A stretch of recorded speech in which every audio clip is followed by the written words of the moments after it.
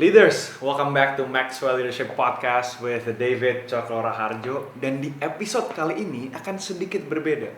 Karena biasanya episode kita akan selalu mengajarkan kalian tentang teori yang kita pelajari dari John Maxwell yang bisa langsung kalian apply.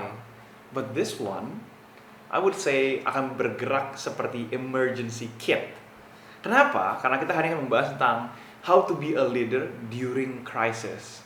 Dan saya bisa ngerti banget kalau misalnya teman-teman di sini ngerasa tadi kan kayak there's nothing happening, which is true and not. Tapi memang sebuah krisis akan mengedepankan karakter seorang pemimpin. So we're gonna learn and prepare ourselves as leaders. What should we do when crisis happens? Because let me tell you something. I'm still young, and I mean David's younger than others. Tapi we know that crisis will happen. It's just a matter of fact. Makanya sebagai pemimpin, bagaimana kita mempersiapkan diri kita menjadi seorang pemimpin yang siap saat krisis tersebut terjadi. So we're gonna go right away to it. So David, let's take us away. Alright, seperti yang Joel sampaikan pada kalian, krisis tidak diharapkan, and yet krisis pasti akan terjadi. Kalau Anda membangun sebuah organisasi menjadi seorang pemimpin dan berkata bahwa adalah tidak mungkin akan ada terjadi krisis because I'm actually that good, then you are really just fooling yourself. Krisis pasti terjadi. Baik itu adalah an emergency kit atau itu adalah sprinkler di dalam sebuah gedung. Sprinkler itu diciptakan karena tahu bahwa pada saat krisis itu terjadi, you either are ready for it or you're not ready for it. So I have survived 4 economic crisis as a businessman. Number 1, 1998 di kota Medan. Yang kedua adalah tahun 2001 di kota New York. Yang ketiga 2008 di Amerika Serikat dan di Indonesia. Dan yang terakhir bersama dengan kalian semua yaitu adalah COVID-19. So each one of them have a different magnitude if you may in terms of the crisis. Saya sekali lagi mengatakan bahwa crisis always happen. Now saya memperhatikan bahwa di dalam setiap krisis itu ada beberapa hal untuk memulai. Nomor 1, kalau kalian sedang menghadapi sebuah krisis, pada saat kalian katakan bahwa saya sedang menghadapi krisis, tetapi orang lain tidak mengalami krisis, itu namanya bukan krisis. Itu namanya Anda sedang memiliki tantangan kehidupan. I hope you get that. Kalau saya sedang mengalami krisis, artinya adalah saya sedang mengalami krisis dan orang lain juga mengalami krisis yang sama. Now that is the definition of a crisis. So in terms of COVID-19, why is it called a global crisis? Because the COVID-19 is impacting literally every single person on planet Earth at that time.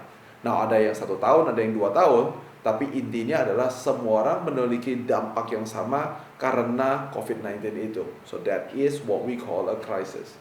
That is fact number 1. Fact number 2, if you say that we are in a crisis, hanya ada fakta yang kedua ini yang juga nyata, yaitu adalah ada orang yang gara-gara krisis dia naik ke atas, tapi ada orang yang kena krisis dia malah jatuh ke bawah. Okay, so it is not because setiap 10 tahun atau setiap 20 tahun atau setiap sekian lama harus ada satu cycle yang terus tidak sebentar di atas sebentar di bawah. That is a oversimplified way of looking at things. That just simply shows that they are human nature. When you are successful, kita punya tendensi untuk overspending, akhirnya kita jatuh ke bawah karena kita tidak responsibel dengan kesuksesan kita. Dan ada orang yang pada saat dia terpuruk, dia berjuang untuk naik ke atas. Ada orang yang terpuruk dan dia semakin terpuruk dan dia mati di dalam keterpurukannya dia. That is called human nature. That is not called a crisis. The second fact about crisis is that crisis either bring you up or crisis brings you down. That's it. These 2 facts is what I learned setelah saya menjadi pengusaha, dari seorang pemimpin to hundreds of companies in 4 economic crises. Those are the 2 facts that I learned in that 4 economic crisis. Okay, so with that, I want to start with telling you a little bit about what John Maxwell say about crisis.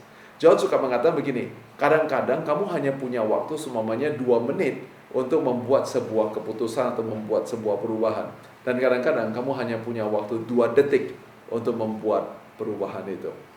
Kalau kalian adalah dilatih dengan ahli bela diri sebagai contohnya jujitsu atau kopassus atau boxing atau apapun itu, when pada saat tiba-tiba ada terjadi sebuah emergency, ada orang mau mukul kita, ada refleks yang kita kerjakan yang nggak pernah dihitung-hitung. Oh, karena krisis mau datang, mari kita siapkan 3 jurus. Gak ada begitu. It comes as a reflex, but it is coming because of the multi and the intensity of the preparation of the ilmu bela diri itu yang mengakibatkan kita bisa menghadapi situasi-situasi yang tidak kita inginkan. So now I hope that is the opening.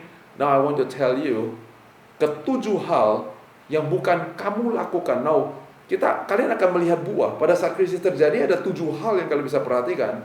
But pertanyaannya adalah apakah kalian punya preparation supaya ada refleks yang dilakukan pada saat krisis terjadi. There are 7 things. Are you ready? Okay, yang pertama is that you stand up and you are actually being seen. When problems come, pada saat kita mengalami sebuah krisis, seperti yang terakhir COVID-19, the world is looking for who will actually stand on the stage and say, I am the leader. In September 11 case di kota New York, pada saat itu terjadi, there are a few leaders yang stand on the stage yang mengatakan adalah we will never forget. That is a message.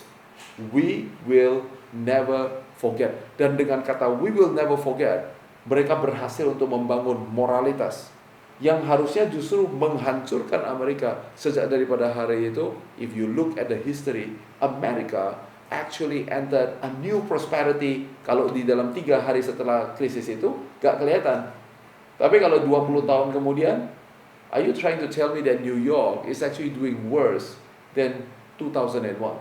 It is doing by far a stronger economy, termasuk kekuatan untuk bisa melewati COVID-19 because of the crisis that they face. Sama juga, selama COVID-19 ada yang rise to the occasion dan sekarang menjadi grup yang sangat besar, tetapi ada juga yang tidak rise to the occasion dan mereka sekarang hancur oleh karena itu. Do you know why? Karena pada saat krisis terjadi, uncertainty adalah bagian daripada krisis itu. You will always face uncertainty. It is for that reason leaders, they are the repository and for crisis, dan dia bisa absorb uncertainty di dalam kehidupan itu. Krisis adalah sesuatu yang tidak selalu melihat adalah ada sesuatu yang tidak pasti. Kalau krisis adalah sebuah kepastian, ya namanya bukan krisis. Kenapa namanya krisis? Ya soalnya di dalam krisis itu ada orang yang kagak tahu besok mau ngapain ya. Ini kalau kita begini nih bisa dongkrak penjualan gak ya? Nah, seorang pemimpin dia mampu untuk berdiri. Now I want you to pay attention to this. Whenever a crisis happens, what you're gonna get is you're gonna reveal the true you. Krisis dan sukses, by the way, doesn't change a person. Krisis dan sukses only reveals the true you. Sebagai contohnya ya, waktu gak ada uang, selalu kepikirannya adalah sebenarnya pikirannya jorok. Tetapi karena gak punya uang, makanya gak bisa melakukan yang jorok itu. Pada saat uangnya banyak, tiba-tiba dia berjudi, main perempuan, beli barang yang tidak perlu dibeli-beli, pakai barang yang tidak perlu dipakai-pakai. So you see, success doesn't change the person. Success only amplify what is actually really in that person. Crisis have the same effect. Problem dan krisis tidak pernah merubah seseorang. Hanya sekedar menajamkan dan seperti memberikan minyak kepada sebuah api of who you really are. Okay?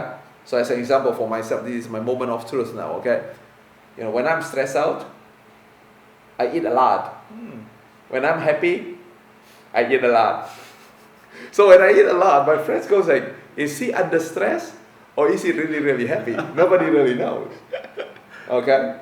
So ini caranya supaya kita tahu, krisis tidak pernah merubah seseorang. Okay, during crisis, kita juga harus memberikan sesuatu yang namanya brutal optimism. Okay, brutal optimism artinya adalah kita memberitahukannya secara brutal, tapi optimis, bukan saking brutalnya, and then kemudian semua orang jadi kalah. And so there is something that is called the Churchill paradox. Winston Churchill adalah Perdana Menteri daripada Inggris. Dan ini terjadi di Perang Dunia Kedua, yaitu dia memberikan message. Dia bilang adalah kita akan keringetan, kita akan berdarah-darah, kita akan keluar, melakukannya dengan keluar tangisan. Tapi karena begini, there will be a glory that we will reap in the future. See, it's a brutal optimism. Dia kasih tahu bahwa adalah peperangan ini akan bikin ada orang yang mati. peperangan ini akan kamu kirim anak kamu, mungkin ada yang nggak pulang. Tetapi Inggris bukan hanya akan menang, tapi the world is going to be a better place kalau kita memenangkan pertandingan ini. Let me give you another principle. Leaders, they show their emotion, but they never describe their fear. Ini ada sesuatu yang perlu diperhatikan. Pada saat kita bilang seorang pemimpin perlu menjadi vulnerable, bukan artinya kita kasih tahu kepada dunia bahwa saya takut dengan sesuatu. Let me tell you this. Kalau kita sebutkan apa yang kita takuti, khususnya di masa-masa krisis, what exactly is that going to do? What is the benefit untuk orang-orang yang sedang kita pimpin, untuk orang-orang yang dari sekitar kita? Kita cuma tambahin minyak kepada api, mengatakan bahwa it's uncertain. However, when you reveal your emotion, you are telling people that I am not being optimistic for no reason. I'm being optimistic. Tapi memang benar, saya seperti kalian, saya juga bisa merasakan kekhawatiran, saya bisa merasakan sakitnya kehilangan anggota keluarga, and so on, and so on, and so on. And so this is a leader in a crisis. Let me tell you that, because fear actually paralyzes people. Jadi gak ada tujuannya untuk orang-orang itu menyampaikan. Nah, tentu ada orang-orang di dalam lingkaran inti kita that maybe we want to do it. So that is a different story. Number 3, apa hal ketiga yang kita lihat di dalam krisis?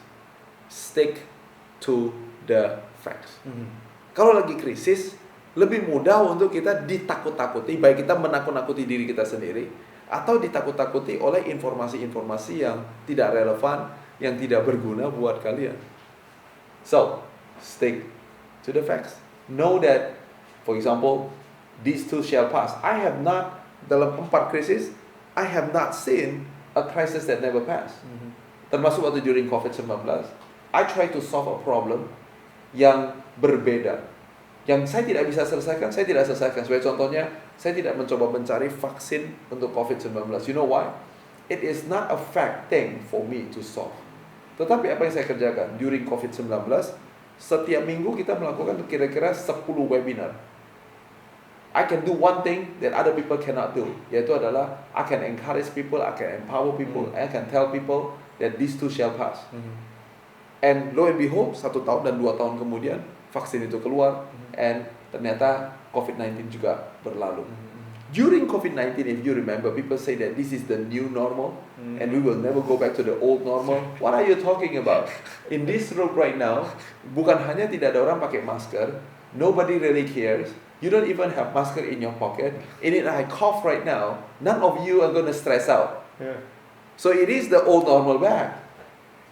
So you see, that too shall pass.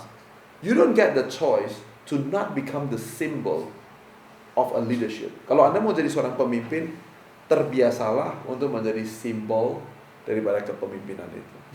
Number 4, great leaders in crisis, they tell a story. Seperti saya, pada saat di April 2020, we did a 14 hours webinar, non-stop. Wow. Okay. Dan pada saat saya memulai statement saya, I tell them a story. Ini adalah krisis ekonomi saya yang keempat. Kalau mau beli payung, belinya di musim kemarau, Bapak Ibu, teman-teman, saudara-saudara. That's what I said. I say kalau mau beli baju renang, belinya waktu lagi musim kering, waktu kolam renang semuanya lagi kering. Kalau belinya waktu lagi musim hujan, maka payung harganya jadi mahal. Karena itu, this is an opportunity. So then I tell them a story. What happened in 1998? What happened in 2001? What happened in 2008? And that's how we did not just survive the crisis, but we thrive because of the crisis. Now, if you tell a story, mulai dari sekarang belajar tell a story, kalau lagi ada krisis, kita juga bisa menggunakan narasi untuk bisa membantu orang-orang lebih calm down. Okay? So now you want to tell a story of what is it to become. Okay? Nah, karena pada saat kita tell a story, not just as what it is, kita sedang kasih tahu bahwa adalah yes, benar. Yang kalian dengar tadi ada di sana terjadi kejadian ini. Sebagai contohnya ada kebakaran di gedung lantai 18 dan satu gedung dan ada 5 orang meninggal dunia. Now you're telling a story about what it is, but now you also telling about what is it to become. What is it to become? Kalau kita hanya memberikan faktual, itu sebabnya krisis itu mentalitas daripada anggota tim kita dia tidak terbangun for that one particular reason. You have to learn to tell a story of not what it is, tapi what is it to become. Number 5, the bottom line comes second. I teach this in the class called Empower Right Result. Saya kasih tahu bahwa adalah kalau kalian tahu cara kerja daripada pemadam kebakaran, there's one thing that they teach you in the Academy of the Firefighters. The rule number 1 is that it is always people over property. People over property artinya kalau ada gedung kebakaran, yang pertama dia pikir gini, gimana caranya saya matikan api itu supaya gedung ini tidak mengalami kerusakan yang lebih dalam lagi. The first thing that they think about is people over property. Nah, gak berarti propertinya dibiarin aja kebakaran hangus semuanya. It's not like that. Tetapi yang dipentingkan adalah bagaimana caranya kita bisa memaksimalkan tidak adanya kematian, tidak adanya kesakitan, tidak adanya kecelakaan, dan semua orang yang ada dalam gedung itu bisa diselamatkan terlebih dahulu. That's called people over property. So you see, the number 5, when you lead in a crisis, you have to put the bottom line as a secondary. Karena kita bilang people over property. Okay? During crisis, people want to know that they are actually safe. They want to know that Anda sebagai pemimpin lebih mikirkan tentang keadaan kondisi saya daripada tentang kondisi daripada perusahaan kita. So once again, during COVID-19, apa yang kita kerjakan? Pada satu, kalau kalian ingat, ada sedikit kekhawatiran bahwa akan terjadinya kekurangan makanan, bahwa nanti kalau semuanya supermarket di rush seperti apa. That is all during COVID. You know, maybe you're too young and you don't know what. Is that really what happened? Well, that's what really happened, my friend. Okay? Jadi apa yang kita kerjakan? I went and we buy satu pickup penuh dengan beras. So what do? We give it to the security people di office kita, we give it to the orang-orang yang itu, because orang-orang ini yang semuanya akan kena dampak layer pertama kalau semuanya tidak ada nasi di rumahnya mereka, then it becomes a new crisis. So you have to put the people over the property. And then we stack, kantor saya di rumah saya, my home office at that time is stacked with all this beras and telur. You know why? Nanti saya kelihatan ada orang sapu di jalanan pada saat itu, pakai masker semuanya. So we tell Daniel, my second son, saya like, go take the rice, son. So dia buka pintu, dia ambil dari kayak kerja rodi, angkat rice di sini, pakai masker. Can you imagine gitu? Saya like, and then give the beras ke dia. So, tunggu sebentar ya Pak. And then he go inside again, and then ambil satu plastik minyak goreng, tunggu sebentar ya. And then he go there, and then he bring the telur, and then people start to say like, lagi COVID loh Fit, mesti distance. So we created, pakai kayu kita bikin like a box, and then I put it up there kayak sesajian gitu. And then saya like, Pak, silakan berasnya untuk Bapak bawa pulang. But we keep a distance, We did all of those things. You know why? Because people over property. We want to make sure, not only just to, if we did that to strangers, imagine what we did for our people. Yeah. Bukan hanya tim kita, tapi juga orang tuanya mereka. Pokoknya di dalam keluarga dia, siapa yang even tidak tinggal dalam satu rumah, we send them like a box of like beras, telur, all the things that is basic, we send it. Khususnya orang tua yang sudah tua dan nggak bisa pergi ke supermarket, so we send it. So then you still wonder like, why is it that the people during economic crisis of COVID-19, timnya si David, gak ada yang tidur. You know why? Because you make sure that the people is more important than the property. Number 6, link the ordinary to the extraordinary. Segala sesuatu yang saya baru sampaikan sama kalian, hal yang biasa-biasa aja sih. Lebih mahal sedikit sih memang, tapi biasa-biasa aja. Kita bisa memberikan satu kantong beras, tapi bisa rasanya jadi extraordinary. Katanya orang begini, katanya. Dan saya rasa I can testify to that. Makannya cuma satu mangkok bakso, tapi kalau dimakan sama yang kita cintai, rasanya lebih sedap katanya.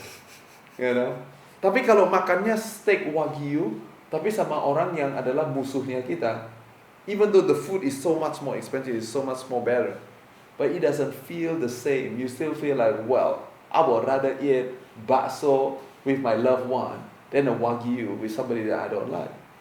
Jadi sesuatu yang sederhana memiliki sesuatu yang extraordinary. The trap, in my opinion, is that there's a lot of people that think that in the crisis time they have to do the extraordinary things. Simple care actually go 1,000 miles long. Okay. When a crisis occurs, leaders must do these 3 things. Ada 3 hal. Yang pertama, you stabilize. Segala sesuatu yang kita lagi bicarakan ini tujuannya adalah untuk menstabilkan sebuah situasi. Now I'm gonna say this: when you see a building is burning, it's very difficult to say like, tenang saudara-saudara, tenang. You know, in my daughter's book, Rachel wrote that you cannot actually tell somebody to calm down. What instead you have to teach people in public speaking, when you say supaya detak jantungnya stabil, Rachel will tell you in her book, dia bilang begini, my experience as he said that taught by my father, which is myself, you know, this is what I tell my kid and I tell all my CEOs, I say, don't tell yourself to calm down. Kalau lihat gedung lagi kebakaran, you cannot calm down. Tapi your anxiety can be switched to an excitement.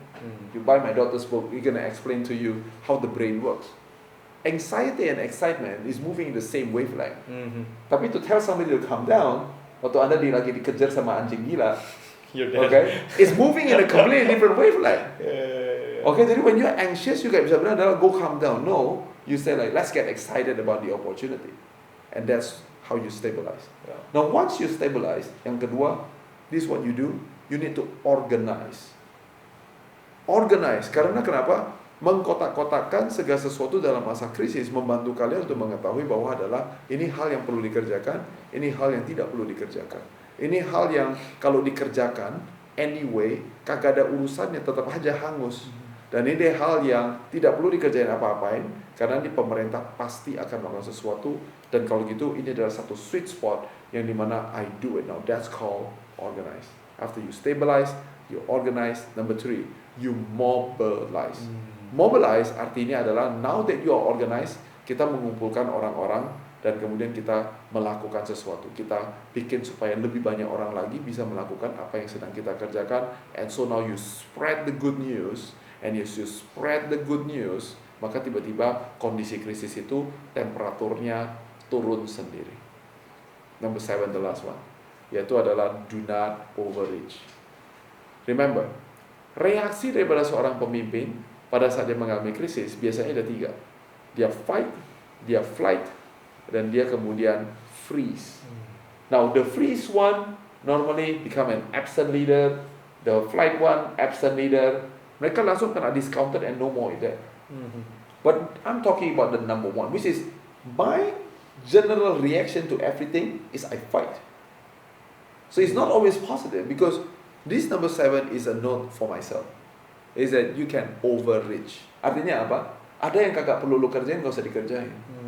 Sometimes you think so globally, so deep, that you want to do everything. But you know what? This is a myth and you shouldn't do it. Okay? But many people, they want the perks to become a leader, but not the cost of becoming a leader. Yang pasti di dalam krisis ada harga yang harus dibayar. Sebagai contohnya, during COVID-19, our team, they actually sleep shorter hours than when there is no COVID-19. You know why? Because we have a lot of projects and we are doing it. Ada harga yang harus dibayar. We tell them to tell their wives and say that, honey, in the next 3 months, we're not going to go to sleep.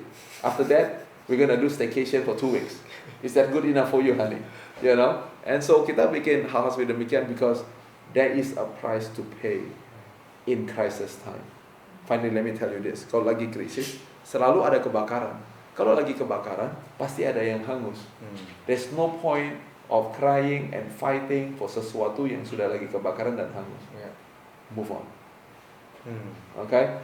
Pastikan lantai di atas dan lantai di bawahnya gak ikut-ikutan kebakaran. That is what true leaders in crisis should behave and should make the decisions based on those information. Wow. You speak not just from knowledge, tapi juga dari pengalaman-pengalaman yang udah David lewati. Nah mungkin sebelum kita masuk lebih dalam lagi David, talking about experiences. Memang sebagai pemimpin, terutama kita yang masih muda, I think that's why it's important to learn from more experienced leader. Karena bukan cuma mereka lebih tahu banyak, tapi juga mereka melewati begitu banyak pengalaman. Now, we're going to talk more about crisis, David. Salah satu yang aku penasaran adalah David melewati 4 crisis, sedangkan mungkin untuk generasi aku baru di COVID aja. Is there any difference di krisis-krisis tersebut mungkin dengan kapasitas yang berbeda? Even though the principle stays the same bahwa seorang pemimpin harus stand up and be there, but tell us more about your experience. How was it like? Well, every crisis has different magnitude. Kayak gempa bumi ada skala Richternya beda-beda gitu ya. So I think that COVID-19 arguably is the biggest crisis for most people. But buat saya tahun 98 is the biggest, oleh karena gempa buminya sebenarnya skala Richternya cuma 3 dibandingkan dengan yang 8 atau 20 for that matter. Jadi pada saat saya berumur 18 tahun, pada saat tahun 98 ekonomi krisis itu terjadi, I am not as a solid building as I am today. Jadi karena itu pada saat itu terjadi gempa bumi, krisis itu terjadi, dan rasanya itu yang paling parah dari yang paling parah. And then kemudian pada saat tahun 2001, pada saat sampai di Amerika Serikat, pada saat saya baru tinggal di Amerika, mungkin kira-kira 1 tahun, 14 bulan or something like that. And then we are just starting our business. Dalam 2 bulan kita baru bangun bisnis, then September 11 happens. The whole economy basically tanked, right? And so for the second time, I think that the magnitude of the crisis is actually big, quite big, smaller than Indonesia, tapi karena dia ekonomi yang sangat besar, buat kita dari Indonesia kita rasanya itu kayak bertubi-tubi dia punya dampak daripada krisis itu. So bedanya dengan tahun 2020 is that I am more established, I am not just older, but I am also a much more mature person. Our business pengalaman hidup kita juga udah lebih banyak, and karena itu walaupun I agree that arguably that is one of the biggest economic crisis in the history of human race. Panjangnya 2 tahun, seluruh dunia kena, bukan hanya cuma beberapa negara bagian, right? But then I'm a much stronger leader, and so we cannot, sekali lagi bukan hanya survive, but we actually thrive beyond it. So there's only one thing that you need to know about crisis, is that di mana ada krisis di situ pasti ada kesempatan. Dan kata kuncinya adalah pasti ada kesempatan, pasti ada. Bukan mungkin ada, bukan biasanya ada, tapi adalah pasti ada. Dan karena pasti ada, tugasnya kita kalau gitu adalah untuk mempelajarinya. You know how we built our company during COVID-19 is that I look into the United States. Because why? Because I know that kalau kita mesti work from home, I know that there is a country that have doing work from home for 10 years, even before there is COVID-19. People in America, they live in a different city. Semuanya kerjanya di New York, tapi tinggalnya semuanya di Los Angeles. And they make it work. So I went to all type of seminars. You can imagine karena 12 jam punya time difference. Jadi saya perginya di jam 12 tengah malam, jam 10 malam, jam 2 pagi, jam 4 pagi. Karena pada saat itu ada begitu banyak seminar di Amerika Serikat. So I join and I listen in, melihat bagaimana mereka kerjakan sesuatu yang udah benar, and then they amplify it untuk sekarang dilakukan secara nasional because there is a crisis. And so I said like, that is interesting. You see what Google is doing at that time, and I thought to myself like, well, I don't have so many people working for me. That is a great idea. When I have a company that size, now I don't have, so we go look like other people, dengar yang lain, and finally I got find something and said, oh, now I know how to do it. You know, how do we do all these webinars secara efektif dan efisien? Because I listen to so many of it. So see, there's an opportunity, dan gara-gara itu, dan kita dikenal sebagai orang yang bisa bicara.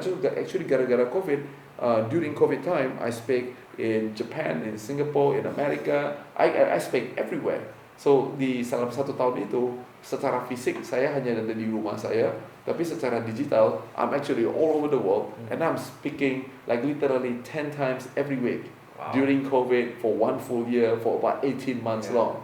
You know, jadi kalau kalian pikirkan, oh my god, 10.000 jam yang harusnya saya pakai, tiba-tiba dipercepat gara-gara kena 1 kali COVID-19. And I think that is one of the biggest opportunity that I got because of COVID-19. Okay?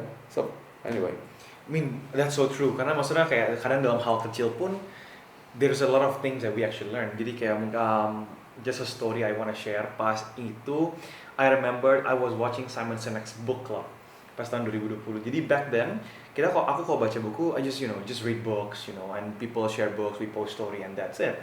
Then we never thought about sitting down together and read a book, karena back then, it was like, ngapain? Tapi I remember back then, Simon Sinek was telling people about, this is like one of the best time to actually reach out to your friends and actually do something together. So he was facilitating a book club, and he was empowering people to do book clubs, and actually did one with my friends. And apparently it was one of the first things that started into a community building that we finally built when I was in university. So pas the whole pandemic finished, that community feel, karena kita feel like, oh, we need each other so much, translated into a community. So I can really say, bahkan dalam personal level pun, that opportunity Yeah. still comes. So that's great. But if I imagine, David, pas tahun 98 banyak banget cerita, like, oh my god, it's so hard, you know, I wasn't even born back then, jadi I only hear stories. But if you tell me about brutal optimism, which is like something we just learned, I couldn't imagine bagaimana mungkin seorang anak kecil atau mungkin seorang yang bukan tanda kutip pemimpin diberikan sebuah optimism untuk masa depan di kondisi seperti itu. So what I wanna ask adalah, what does brutal optimism look like and how does it supposed to look like? Once again, kedua kata brutal atau lagi optimist. Artinya kita kasih tahu bahwa adalah the first message that I tell my kids, I say like, number one, these two shall pass. I guarantee it. We've been to, kita udah pernah lewatin 3. These two shall pass. Yeah. Okay, I didn't know that the past is going to be 2 years, Right. but I know that it too shall pass. Right, Okay, right. that's the first thing that I tell my kids. Number 2, I say like, Papa so excited about COVID-19 karena untuk pertama kalinya this crisis you are big enough to watch me doing it. Because let me tell you something. Number 3, kalian juga bakalan melewati krisis. Daripada Papa kasih you satu iming-iming bahwa kamu tidak akan pernah melewati krisis dalam kehidupan kamu. Tahu gak kenapa? Because babe lu namanya David. I say that you will go through crisis, and when you go through crisis, remember this: you have watched your father did it before. So now watch and learn. Jadi pada saat itu menjadi, that is bentuk daripada brutal optimism. I'm saying that you will go through crisis. Life will never be smooth sailing every single day, Yeah. every single year, every decade, right? But there is an optimism. I say like, watch your father do this. Right. I've been to 3 times. Now I'm gonna do it the 4th time. You are getting the first row VIP seat. Watch me doing it. So, sebagai contoh pada saat kami melakukan webinar di April 2020, we did it for 14 hours straight. Okay? Pada saat itu, laptop aja saya nggak punya. So you know what I did? I use my phone, satu di depan saya kayak begini, and that is to look at me. So when I talk, I look over here, right? And then right when I'm looking over here, di sebelah kanan di sini I buy a tripod. And tripodnya itu adalah is a tab, supaya saya bisa melihat slide yang saya lagi bicara sama mereka. And di sebelah kirinya, there's another tab untuk supaya saya bisa melihat komentar daripada orang di situ. So I have like 3 things, and you are doing it, and then on top of it, there's a small little timer. So I got 4 devices. Man, you dig into my Google Drive, you're gonna find all those crazy pictures. Now, 14 jam, setiap 45 menit, kita ganti topik, right? I'm the only speaker by the way for 14 hours. You know? Jadi pada saat kita di sesi 1, I did it, I still remember this, I created just like during COVID-19, we make this small little corner di ruangan, you know, di corner kita ada gambar di belakang, and then we do it with all these 4 devices. And waktu kita pergi ke sesi berikutnya, I said that, well, we are playing you 2 songs, maybe you want to grab your food, maybe you mau pergi ke kamar kecil, you go do it, okay? But you know what I did? I changed my clothes, that's number 1. Number 2, then I went to the dining room, I set up a room for me with the lights, and then now sesi 2. Jadi respon yang pertama daripada ada kira-kira 800 orang dalam ruangan itu, is that they say like, wow, kok bisa dalam waktu yang begitu pendek, Pak David bisa ganti baju dan ganti suasana, and they thought I have a green room. Okay? And then 1 jam kemudian, I literally masih terang, so I went to the front yard di samping jalanan, and I put it behind this pohon, and then they realized that, wow, it's not a green room, daunnya bisa goyang loh. Like this is like all like true things. You see like the comments in the Zoom call, you know, and then sesi keempat, you take it again, right, and then it just go for 14 hours straight, and then waktu udah mulai agak malam, I sit with my wife. And my wife talks about like, you know, how to keep your marriage sane in this COVID, you know, and all those type of things. So you do it. Yeah. So I told my kids, you have the VVIP first row to see how we handle crisis. Jadi itu is brutal optimism. I never sugarcoated it. I tell them that daripada papa kasih tahu adalah you will never go through crisis and difficulty in life. Let me tell you something. You will go through it. But now, here's the good news. You got to see this pada saat you masih umur belasan, and now you go watch how papa do it. And so because of that, I think that I credited COVID-19 bahwa anak-anak saya tiga-tiganya menjadi lebih dewasa daripada kalau mereka tidak melewati COVID-19. Yeah. But here's a fact though. There are still anak-anak yang dari sekolah yang sama that go through the same COVID-19, but they did not grow up. As a matter of fact, they become more paranoid, they become weaker, atau yang disebut dengan apa, strawberry generation, whatever you want to call it. Padahal lewatin yang sama. You know what? Because sometimes we shelter our kids so much, and if you shelter yourself, you shelter your team so much, you're not gonna be able to build a strong team. Jadi jangan tunggu krisisnya datang baru kita pikir how can I deal with the crisis. You should be thinking about like how do I build all the muscles that I need to build right now. Right. Jadi waktu during crisis kita bilang gempa berapa 7,5 skala Richter. Look at that, my building still standing, nothing wrong. Yeah. Baru-baru ini saya lihat di Taiwan kalau nggak salah ada gempa bumi, and I told my wife, I said like this is something very interesting. Dia gempa bumi, jalanannya robek, jatuh, miring semuanya, kotanya bahkan ditutup. Tapi there's something very interesting. If you look at the building, buildingnya gak ada satupun yang roboh. Jadi jalanannya roboh, gedungnya miring begini, but the building is still straight and gak patah. What does it actually tell you? It means that the building actually has a very good structure. You know what I mean? Tapi fondasi daripada kota itu yang tidak ada. So now, kalau negara kita mengalami krisis, that should be happening to your company. Right. Your company is standing straight, but the structure of the economy is actually retak. Ya selalu gedung kita walaupun tegak begini, jalanannya jatuh, longsor ya pasti kita juga miring. But the gedung nggak putus gitu. Beda loh, tapi kalau semuanya semua gedung di sebelah kita semuanya nggak apa-apa kena krisis, but yours is the only one yang jatuh. Then it tells you that you have not been preparing yourself for the crisis that will happen in your life. It's exactly what happened to our flight actually, right, a month ago. Karena we were going from US to Japan.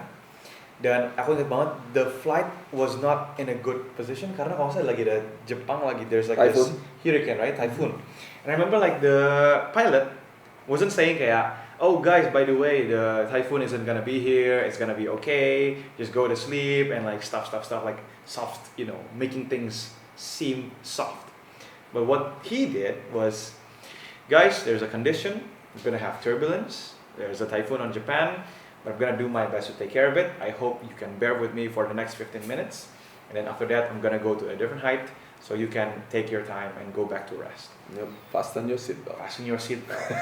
That's exactly what you said, David. Karena especially as someone yang udah melewati, kadang kita yang masih muda suka naif. Oh, you know, this is the only crisis, maybe nggak ada lagi, or like because everything seems comfortable. Akhirnya we don't get this feeling of, yeah, what about if crisis happens? Like, you know, I mean, the thing is, like, it will happen, right? It will happen. Dan thank you for sharing that. I mean, your kids are really blessed to have someone like you juga. But untuk kalian juga, we hope that this episode really speaks into kalian. We hope that this episode mungkin bukan yang kalian bisa apply right away. Karena kayak David was speaking about Winston Churchill. He was a minister of war. Dan saat perang tersebut selesai, and he was like still leading as if the war still happens. Sometimes it's not the best context to lead when there is no crisis. Tapi the thing adalah crisis will happen. Sehingga saat crisis happens, we hope that you can be prepared for it. And we hope that this episode can become an emergency kit. So when it happens. So, thank you for watching till now. We know that you're still here. I mean that you got some value. I want you to save this episode just for future reference. When one day something happened and kalian ingat apa yang David sudah ceritakan, something that David tell that you were actually got the idea that, hey, I should have done that. We hope that you can come back to this episode and this could be very useful untuk kehidupan kalian saat ini. Please do share video ini dimanapun kalian nonton, Spotify, YouTube. Share with somebody you think deserve or need this episode. Feel free juga buat follow, subscribe, rate us. So we can do this more often. We know that we can spread more value to people so that we can keep on moving forward together. So that's it for this episode. Thank you yang udah listen, and we'll see you in the next episode.